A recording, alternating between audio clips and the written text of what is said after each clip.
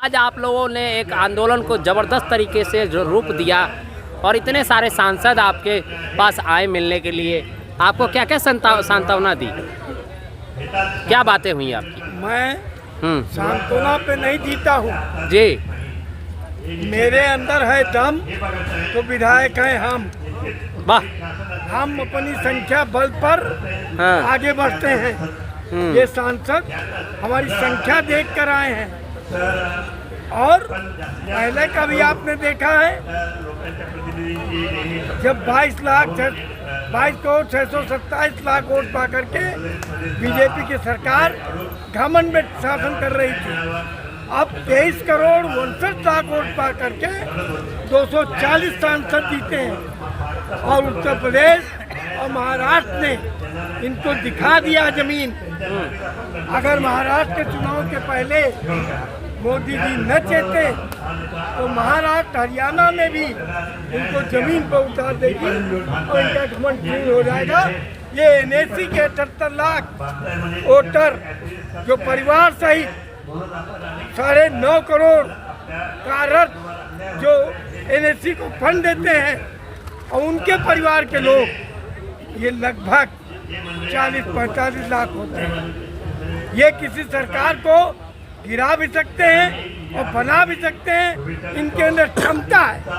अभी तक कमांडर साहब हम लोग बीजेपी के पीछे घूम रहे थे, अब सामने खड़े हो गए हैं।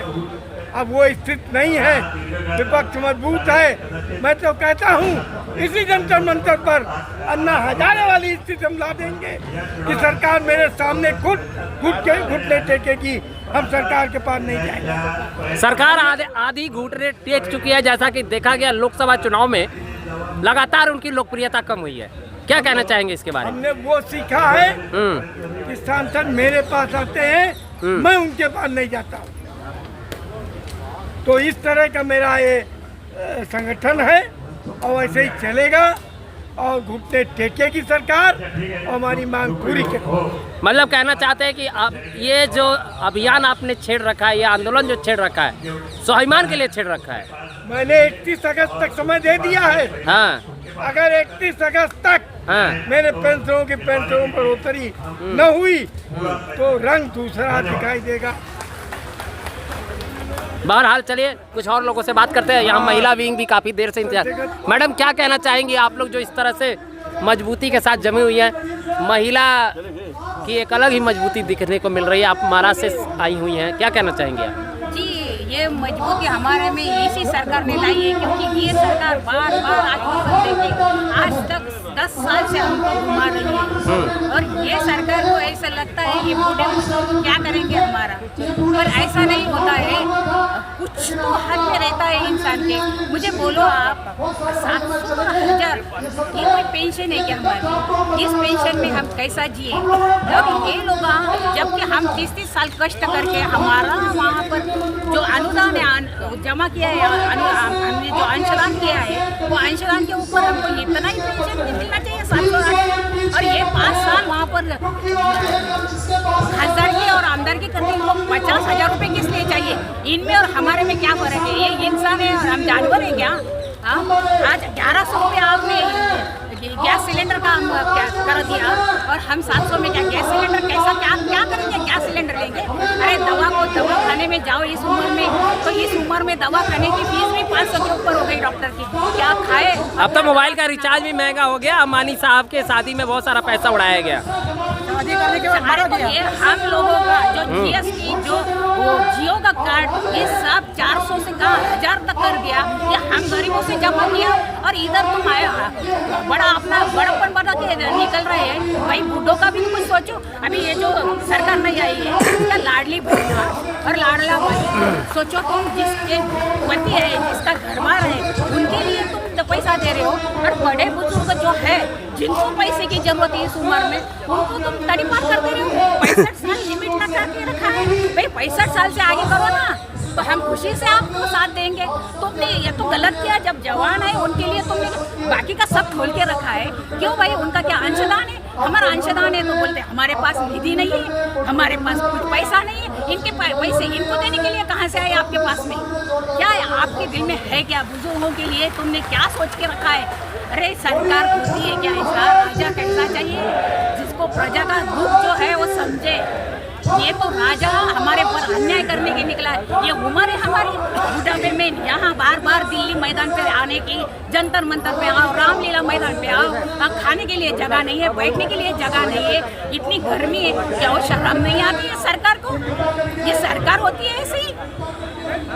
ये हमारी गुस्सा नहीं है, किसी पार्टी में गुस्सा नहीं है। हमारी भूख की जो हमारी पेट की जो भूख है ना, ये बोल रही है और ये हमको बिल्कुल पसंद नहीं है। जो अभी 31 तारीख तक अगर हमारा काम नहीं हुआ तो महाराष्ट्र में, हम महाराष्ट्र से आए, महाराष्ट्र का इलेक्शन में हम दिखा देंगे कि हम लोगों में कितनी ताकत है। अरे बात करने वाला था, बस इतना बोलती हूँ।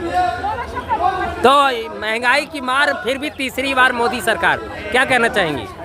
मोदी सरकार ने तो हमारा काम बिल्कुल भी नहीं किया है। वो बोलते हैं सबका साथ फिर होगा नहीं, उनको बुला लो जल्दी, होगा नहीं, बहुत बंदे हैं। लेकिन कहाँ हुआ विकास? सब बुरे। एक लाइन बोल दो, एक लाइन। उन्होंने 10 साल से हम लड़ाई कर दे रहे हैं पेंशन के लिए। हाँ। अभी हमको लग रहा था कि चलो अभी ये हो गई, इलेक्शन हो गया, इलेक्शन होगा तो उसमें लगा था हमको कि हमारा काम होगा। लेकिन हमारे हाथ में तो उन्होंने चॉकलेट ही दे दिया। 700 रुपए पेंशन है, मुझे कैसा जीना? 700 रुपए में तो गैस टाकी भी नहीं आती। और जब तक हम जिंदा है तब तक हम संघर्ष करते रहेंगे। 700 रुपए में क्या होता है? ये सब महिला इतनी दूर से आई है, इनके पास आने को पैसा नहीं है। हम कैसा आते? 7 बार चक्कर हुई हमारी दिल्ली में, लेकिन सरकार सुन रही नहीं हमारा। आप हमारे से सरकार होती है, हम सरकार को। So I am a state government pensioner from Telangana government. The state government pensioner also is facing many difficulties. The main difficulty is we are paying huge amount of taxes, income tax.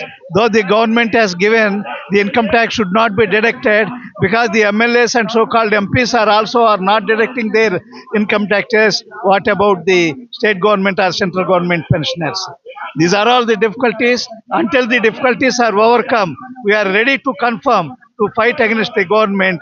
So I request all the governments to consider our issues and to do justice to all the pensioners, especially senior citizens, 60 above. They are facing so many health problems and they are facing so many hazards. That is time this problem.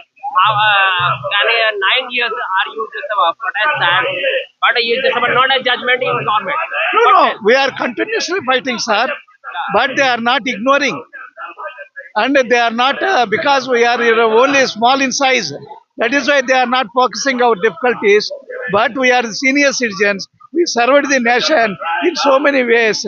We are also part and parcel of the development today. That is why we request the government to consider our issues and do justice to us. Thank you. How can justice today jantar mantar? How can justice? Telugu में बात कर सकते? Mix करो। We are EPS pensioners. मेरा number ले लेना तभी। We are EPS pensioners. We came from Telangana state. From Telangana, we came around 120 members. Around all over the country, we are 75 lakhs of people of EPS pensioners.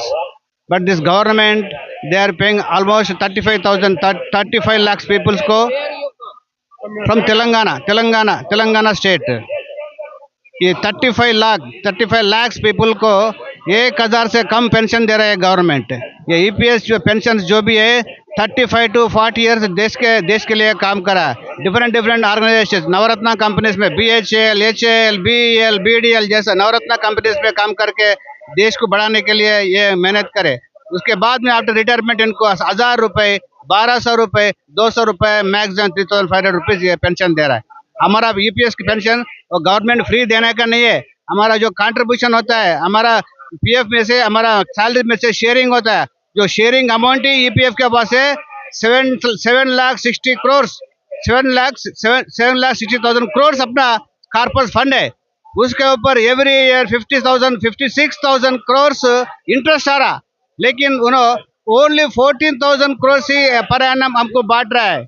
अगर उन्होंने पूरा आय से interest बांटे तभी 5,000 से 5,600 पेंशन हम सबको 75 लाख पीएस को दे सकता है, फिर भी ये गवर्नमेंट नहीं दे रहा है। इसलिए हम या धरना करना चाह रहे हैं। इसीलिए गवर्नमेंट को ये बताना चाह रहे हैं, अगर गवर्नमेंट ईपीएस पेंशन जितना देश के लिए कराए उनके लिए कुछ ना कुछ सोचना है। अगर नहीं तो हम पूरा ऑल ओवर कंट्री में 75 लाख ईपीएस पेंशनर को इकट्ठा करके हम और आंदोलन बढ़ाएंगे। इसका इतना ही बोलना चाहते हैं।